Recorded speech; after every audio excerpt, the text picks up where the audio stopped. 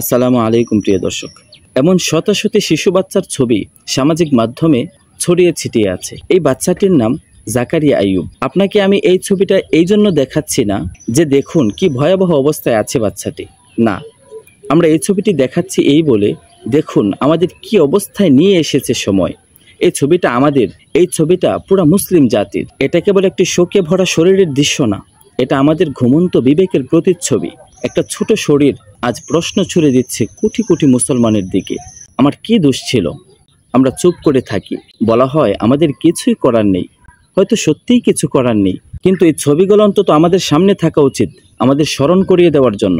কারণ এই ধরনের ছবি এক একটা আয়নার মতো, যেখানে আমরা নিজেদের দেখি যেমনটা আসলে আমরা হয়ে গেছি।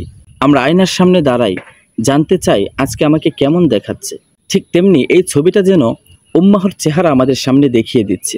বিবেকের শূন্যতা, দায়িত্বহীনতা, অক্ষমতার অজুহাত আর নিঃশব্দ আত্মসমর্পণ।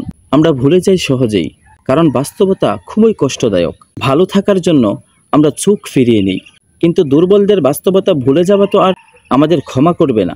জাকারিয়া আজ কাঁদছে না, কারণ কাদার শক্তিটাও তার শরীরে নেই। শুধু চোখ তুলে চেয়ে আছে, হয়তো কারো জন্য অপেক্ষা করছে, হয়তো আল্লাহর কাছে ফরিয়াদ জানাচ্ছে, এই উম্মাহ কি সত্যি আমার আপন? এই ছবি জাকারিয়ার না, এটা আমাদের ছবি, আমাদের ব্যর্থতা, আমাদের চুপ থাকা, আমাদের আত্মতৃপ্তির ছবি। উম্মাহ শুধু ইতিহাস না, উম্মাহ দায়িত্ব, একজনের কষ্ট, সবার কষ্ট। আর যদি কিছু সত্যিই করতে না পারি, তবু এমন ছবিগুলো যেন আমাদের চোখে থাকে, হৃদয়ে থাকে, ঘুম কেড়ে নেয়, যেন ভুলে না যায় আমাদের আসল অবস্থা।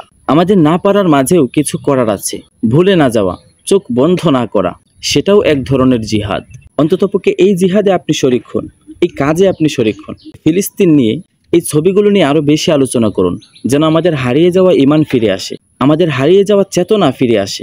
অনুরোধ থাকবে ভিডিওটি লাইক করে একটি শেয়ার করে দিন। আপনার একটি শেয়ারে যেন অন্যের বিবেক জাগ্রত হয়।